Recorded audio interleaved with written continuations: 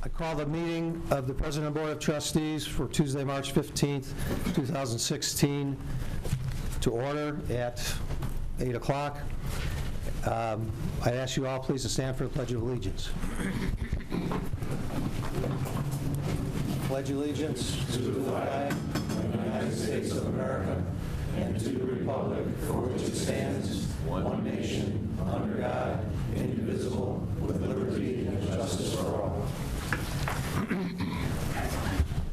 Mr. Clerk, will you call the roll, please?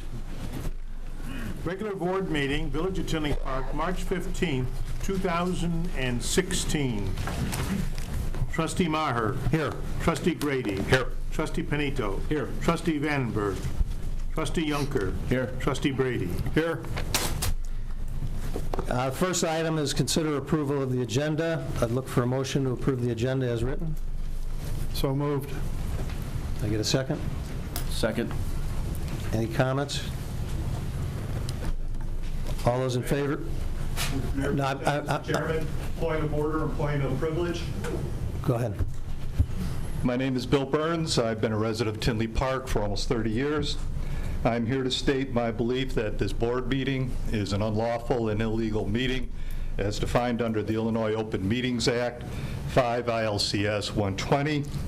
That act requires that these meetings provide a convenient and open venue for the public. This board needs to immediately adjourn and reschedule the meeting to a more appropriate venue. Failure to do so and proceeding to hold which appears to be an illegal meeting under the Act could result in all activity here this evening being ruled null and void. I bring this to your attention with some reluctance because I realize that it would delay some important business, specifically the honoring of Eric Schultz for his accomplishments. They do need to be honored, but I'm not sure that honoring them in a meeting that is determined to be unlawful and illegal is appropriate to him. I again recommend that you adjourn this and honor him in a meeting that is lawful. The board has been previously advised and warned of at least one prior OMA violation. I suggest that the board meeting that was held 1 month ago in this very room, which showed an inadequate amount of space, and the attendance at the last meeting 2 weeks ago at the convention center clearly and foreseeably raised the need for a larger venue than this room. The other room is, while those people can view, they certainly cannot participate, and that goes for people that are watching this being streamed. By law, again, Illinois 120, Section 1.05, the board is to have at least one OMA fully trained individual. Either the board does not have such a person, that person is not adequately trained, or the board decided to ignore the advice. If the board proceeds to proceed in any fashion other than adjourning, a complaint will be filed tomorrow with the Illinois Attorney General's office and also with the Cook County Attorney's office seeking enforcement of the OMA. I refer you to 5 ILCS Section 120, subsection 03. Gentlemen, the actions recently undertaken by the board and various village employees have shown an unfavorable light on the village board, the employees, and us as residents of Tinley Park. Ask around and see how many people will tell you that they have been hearing the same question I have been hearing from people around the state and around the country. And that question is, what the heck is going on in Tinley Park? You have a significant number of problems to address, gentlemen. Holding board meetings that violate state statute are not a good place to begin solving those problems. Thank you.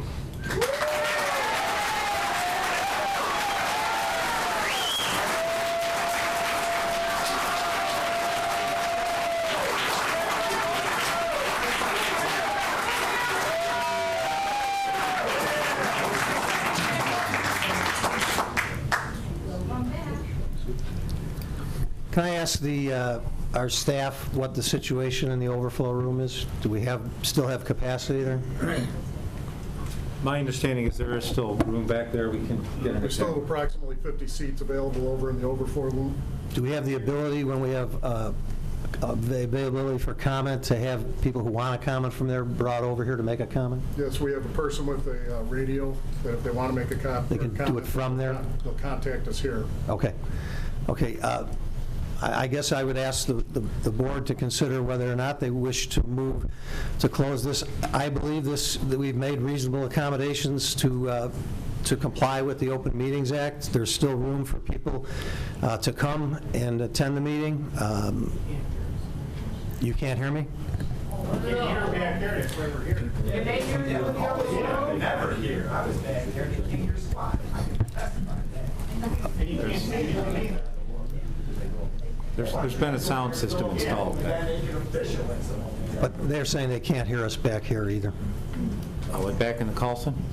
I don't know if they can hear, I'm assuming they can hear us in Carlson, but I have people back here that are saying they can't hear us. No, I think he was speaking to back there. Can you hear us in the back here? No. Okay. Well, if any...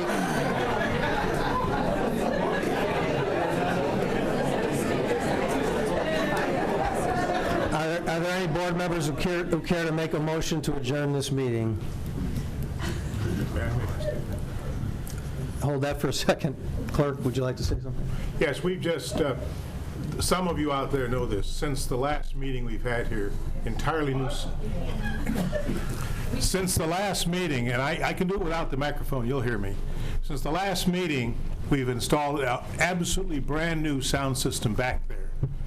We just sent folks to go back, and it's just as good as it was this morning when we were testing it. Sound is not an issue back there. Might be back there, I don't know.